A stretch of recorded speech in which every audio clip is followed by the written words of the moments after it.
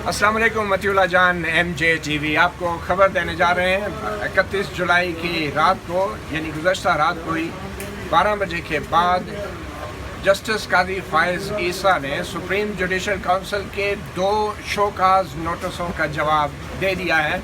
तकरीबन 12:30 बजे, चंद घंटे पहले ही जस्टिस कादी फायज़ ईसा ने यह जवाब सुप्रीम जुडिशल काउंसिल के सेक्रेटरी रजिस्ट्रार सुप्रीम कोर्ट को बज़ाते खुद जमा कराया है। उनके साथ कोई वकील मौजूद नहीं थे। इससे पहले जस्टिस कादी फायज़ ईसा पेश हुए थे रजिस्ट्रार के दफ्तर में और MJ TV ने खुसूसी तौर पे वो वीडियो आपको दिखाई थी। ये वो वक्त था कि जब जस्टिस कादी फायज़ ईसा ने कुछ दरख्वास्तें सुप्रीम जुडिशल काउंसिल में दायर की थी और कहा था कि उनका जो जवाब है, जो इब्तदाई जवाब था सुप्रीम जुडिशल काउंसिल के इब्तदाई नोटिस का, उसको मंजर-ए-आम पे लाया जाए। मगर ज़राए ये हमें बता रहे हैं कि सुप्रीम जुडिशल काउंसिल ने रजिस्ट्रार सुप्रीम जुडिशल काउंसिल या सेक्रेटरी जो हैं, उन्होंने इस बुनियाद पर जस्टिस कादी फायज़ ईसा की ये दरख्वास्त मुस्तरद कर दी है कि सुप्रीम जुडिशल काउंसिल के मौजूदा अरकान चीफ जस्टिस आसिफ सईद खोसा और जस्टिस गुलजार जो कि सीनियर अरकान हैं, वो इस वक्त पाकिस्तान में मौजूद नहीं हैं, मुल्क से बाहर हैं, और जब वो वापस आएंगे तो फिर दोबारा उनकी दरख्वास्त पर जो है गौर किया जा सकता है। तो वो दरख्वास्तें वापस कर दी हैं और कहा है कि ये इंटरटेनेबल नहीं है।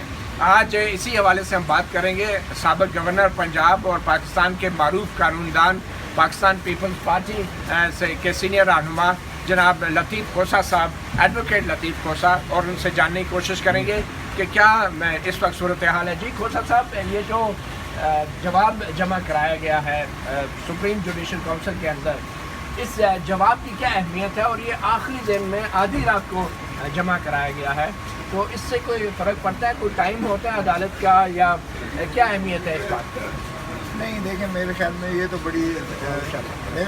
तो बड़ी सांगनी सी बात है कि उन्होंने किस वक्त जमा कराया। ये बाहर कैफ कादी फायज़ ईसा साहब के सवाबदीद थी कि वो किस वक्त जमा कराते हैं। बेहतर होता, आप ठीक कह रहे हैं, कि अदालती औकात में जमा कराया जाता, मगर चलें, बावजूद उन्होंने जो भी मुनासिब समझा, या शायद उसकी किताबत में या टाइपिंग वगैरह में कोई थोड़ी ताख़ीर होती होगी, तो इससे कोई ज़्यादा फ़र्क नहीं पड़ता है। बात सब्सटेंशियल बात की है, उन्होंने जवाब क्या दिया, ये तो जब मंजर आम पर आएगा ही पता चलेगा, या सुप्रीम जुडिशल काउंसिल इसे किस तरह पजीराई देती। ये तो जस्टिस कादी फायज़ ईसा साहब दरख्वास्त कर रहे हैं कि उनके जो जवाब हैं उनको मंजर आम पे लाया जाए, इसकी कितनी अहमियत है, और क्या जुडिशल काउंसिल को जज साहब की दरख्वास्त मंजूर करनी चाहिए और उनके तमाम जवाब मंजर आम पे लाने चाहिए, ख़ासकर जब उनके ख़िलाफ़ रेफरेंस के जो इल्ज़ामात हैं वो मीडिया में पहले ही आ चुके हैं और उनकी तरफ से कोई बाकायदा तफसीली जवाब अभी तक मंजर आम पे नहीं आया।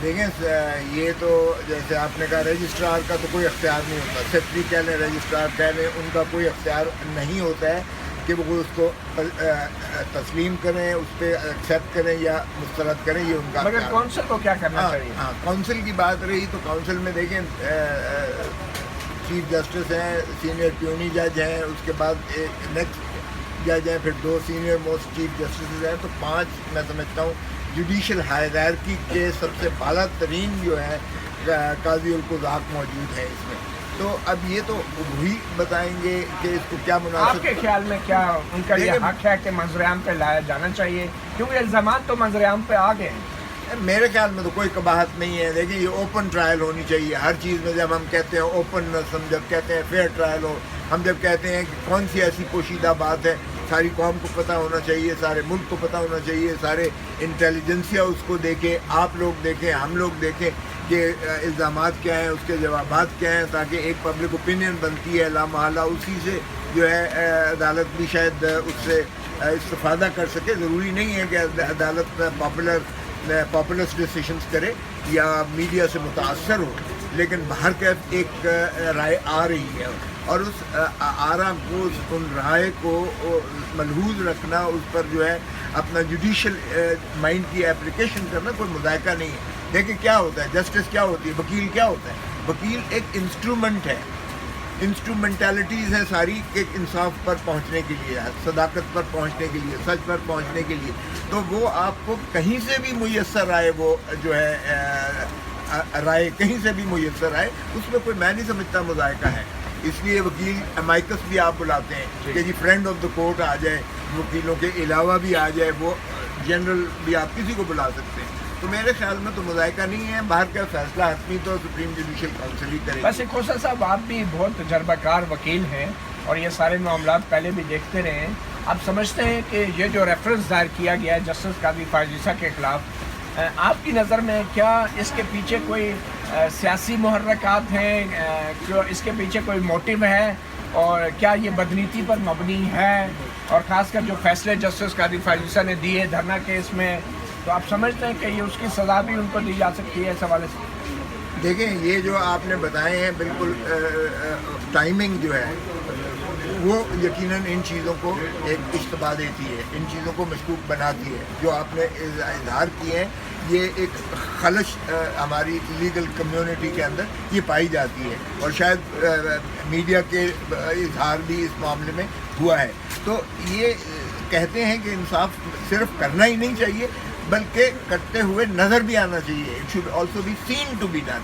تو سیمنگلی بھلے آپ انصاف کر لیں، لیکن اگر وہ سیمنگلی اس پر جو ہے شائبہ ہوگا، شائبہ ہے. جی بالکل شائبہ ہے. میں سمجھتا ہوں اس کی ٹائمنگ اس انداز سے ہوئی ہے. 2-3 ایسے فیصلے ہیں قاضی فائز عیسیٰ صاحب کے، جسٹس قاضی فائز عیسیٰ صاحب کے آپ دیکھیے گا، مثلا حدیبیہ پیپر مل کا فیصلہ، اس میں بھی کافی جو ہے عدالت کے اندر بھی کچھ آبزرویشنز آئی، میڈیا نے بھی کی، ہم نے بھی شاید اس کو دھرنا کیس کا جو دھرنا کیس میں بالکل پھر جس انداز سے ہوا وہ بھی ایک سبھی کو پتہ ہے کہ کیا تھا. اور قاضی فائز عیسیٰ صاحب نے نہ صرف عدالت کے اندر جو ان کے آبزرویشنز تھی جو میڈیا نے کیری کی، اور بلکہ فیصلے کے اندر بھی ان کو مندرج کیا گیا اور فیصلہ بھی اسی انداز سے آیا. فوج سے متعلق جو فیصلہ کیا گیا خاص کر، دیکھیں میں سمجھتا ہوں کہ فوج ہماری جو ہے ان کو سیاست سے باہر رکھا جائے تو بہتر ہے. وہ نہ صرف ہماری بیرونی سرحدوں کی محافظ ہیں بلکہ اندرونی خلفشار پر بھی انہوں نے بہت جانوں کے کس نے باہر رکھنا ہے سیاست سے؟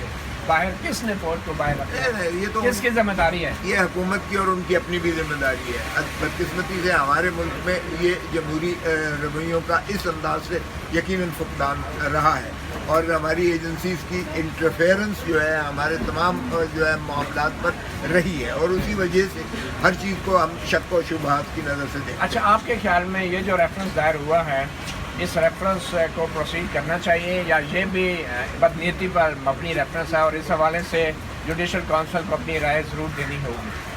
دیکھیں اگر تو قاضی صاحب چاہیں، جس طرح افتخار محمد چودھری صاحب نے اپنا جو ہے اس ریفرنس کو چیلنج کیا تھا میلافائڈے کی بنیاد پر، اور 11 رکنی جو ہے ایک تو سپریم کورٹ کا بینچ بیٹھا تھا جس کی سربراہی جسٹس خلیل رمدے صاحب نے کی تھی، اور بعد میں انہوں نے اس کو کل عدم کرا. یا تو خود قاضی صاحب جائیں کیونکہ وہی جو ہے ابھی تک تو قاضی صاحب نے کوئی آئینی درخواست دائر نہیں کی. پھر ہم اس پہ کیا کہہ سکتے ہیں؟ یہ تو ان کی ضوابدید ہے، ہم تو کچھ نہیں ابھی بھی کر سکتے ہیں. بالکل کر سکتے ہیں، یا تو پھر کریں، ان کے پاس ایک نظیر موجود ہے.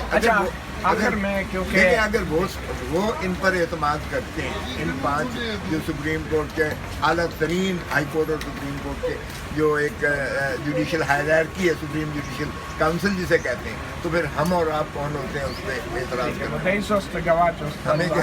آخر میں کیونکہ آپ بھی کھوسا ہوتے ہیں تو آصف سعید کھوسا صاحب بھی اور آپ کے رشتہ دار بھی ہیں، فیملی ممبر بھی ہیں، تو آپ کیسے دیکھتے ہیں کہ کوئی لیگیسی ہے ایسی جو کھوسا صاحب چھوڑ کے جانا چاہتے ہیں، یا وہ کچھ مختلف کر سکیں گے ہماری ماضی کی لیگیسی سے؟ خاص کر ڈاکٹر نسیم حسن شاہ جو کہ کھوسا صاحب کے سوسر بھی تھے، انہوں نے اعتراف کیا اپنے اس دنیا کو چھوڑنے سے پہلے کہ ہم پہ دباؤ تھا بھٹو کو پھانسی دینے کا. تو آپ کے خیال میں وہی لیگیسی لے کے کھوسا صاحب آگے چلیں گے یا کچھ مختلف کرنے کی پوزیشن میں ہیں؟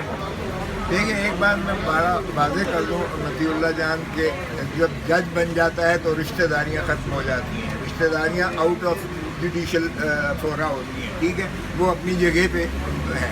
لیکن جہاں تک میں آصف سعید کھوسا صاحب کو جانتا ہوں وہ کوئی اثر قبول کرنے والے نہیں ہیں.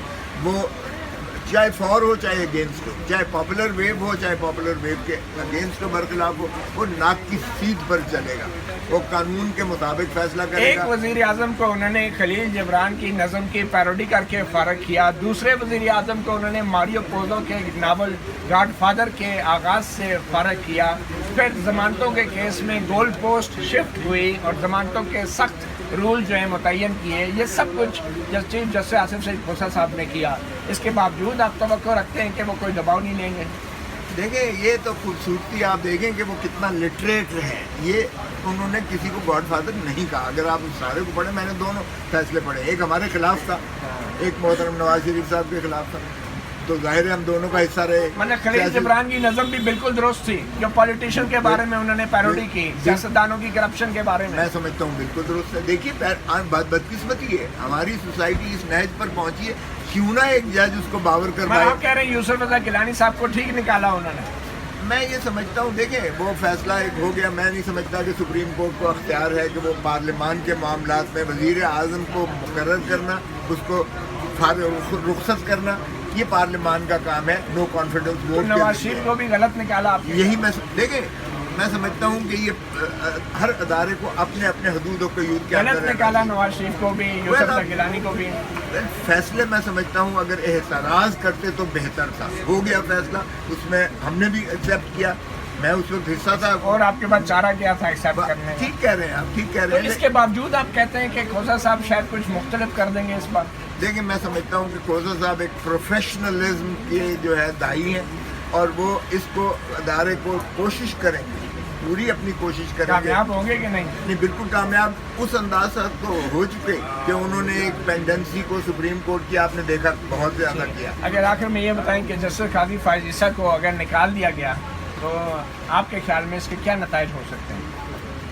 देखिए, अगर तो कानून के मुताबिक हुआ और वो फैसले में इतना जामे हुआ कि आप और मैं उसको पढ़कर भी कहें कि देखें, अगर नवाज शरीफ को इस बुनियाद पर निकाला है कि उन्होंने अपने एसेट्स की डिक्लेरेशन में जो है कोई चीज़ रह गई, ओमिशन हुई या इनकरेक्ट था या फॉल्स था, जो मर्जी आप कहें, और इसी तरह बहुत सारे MNAs को भी आपने इस बिना पे निकाला कि उन्होंने अपने एसेट्स या अपने स्पाउस के एसेट्स या अपने बच्चों के एसेट्स में जो है उन्होंने डिक्लेरेशन में नहीं दिया और बयान अल्फी में उन्होंने उससे इफ़ा किया या उससे बाहर रखा, तो फिर अगर उसका मुआवजा करेंगे तो फिर लोग भी समझेंगे। अगर गलत हुआ फैसला तो आप भी कहेंगे, मैं भी कहूँगा, लोग भी कहेंगे। अच्छा, ये सदर को खत लिखने के ऊपर भी शोकाज जारी किया गया, तो चीफ जस्टिस साहब ने तो खुद एक सरकारी इदारों के सरबराहों को बुला के इजलास की सदारत की, ISI के सरबराह, इंटेलिजेंस ब्यूरो के सरबराह, और वो एग्जेक्टिव अथॉरिटी उन्होंने इस्तेमाल करके इजलास की सरबराही की कि सार्क लॉ कॉन्फ्रेंस में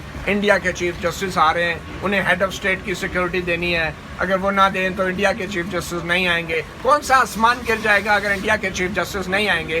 तो क्या चीफ जस्टिस को जो है अपने जुरिस्डिक्शन से बाहर निकल के इस तरह के इंतजामी अमूर में मुदाखलत करनी चाहिए खोसा साहब?